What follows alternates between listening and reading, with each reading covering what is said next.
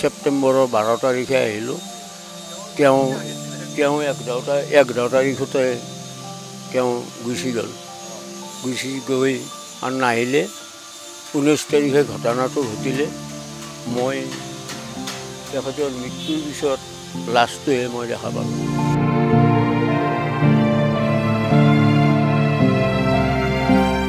তেখেতক লগ ধৰি মই কথা বাৰ্তা কম বুলি আহিছিলোঁ, কিন্তু মোৰ সৌভাগ্য নহ'ল, মই আৰু লগ নাপালোঁ।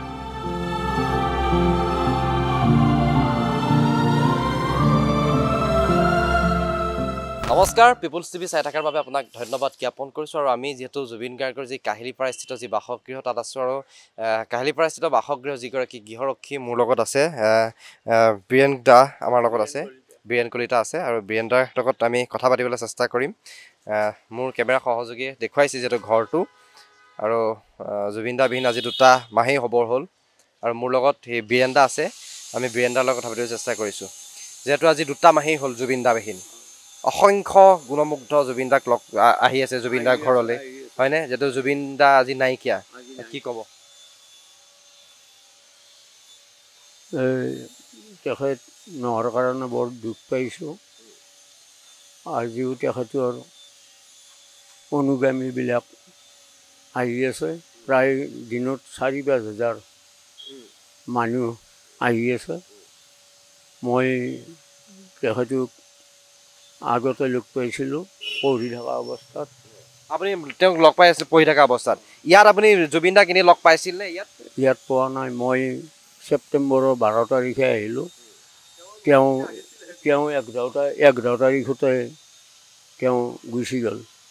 গুচি গৈ আৰু নাহিলে। 19 তাৰিখে ঘটনাটো ঘটিলে। মই তেখেতৰ মৃত্যুৰ পিছত লাষ্টটোহে মই দেখা পালোঁ। এনেই লগ নাপালোঁ। আৰু আগতে পঢ়ি থকা অৱস্থাতে লগ পাইছিলোঁ তামোলপুৰ হায়াৰ ছেকেণ্ডেৰী। তামোলপুৰত এনেকুৱা মনত নাই। বহুত দিন হ'ল, প্ৰায় বহুত বছৰে হ'ল। আৰু যিহেতু জুবিন দাই এজন মানৱ বিৰোধী মানুহ, সকলোৰে লগত মিলা প্ৰীতিৰে আছিলে, মানুহৰ লগত যিহেতু আছিলে, কি ক'ব? তেওঁৰ মানে ভিনবন নাছিল, আৰু তেওঁৰ অহং ভাবো নাছিল, সকলোৰ লগতে মিলিছিল। আৰু দেখা কৰিব খুজিলে আহিব দে এনেকুৱাই তেওঁৰ মানে তেখেত মৰমীয়াল আছিল। আৰু আপুনি কিমান তাৰিখে আহিছোঁ বুলি ক'লে? মই ছেপ্টেম্বৰৰ 12 তাৰিখ। আপুনি 12 তাৰিখে, যিহেতু দাদা 11 তাৰিখে ইয়াৰ পৰা গুচি গ'ল।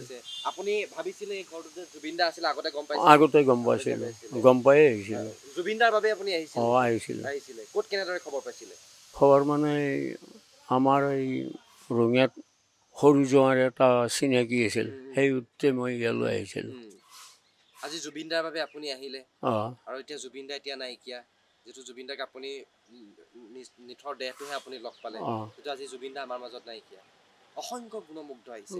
কেতিয়াবা ভাবিছিল নে যে জুবিন দাৰ বাবে আপুনি আহি এনেকে গুণমুগ্ধক যে আপুনি এনেকে ৰক্ষা কৰিবলৈ কিবা ভাবিছিল নেকি? নাই, মই একো অনুভৱেই কৰা নাছিলোঁ তেতিয়া।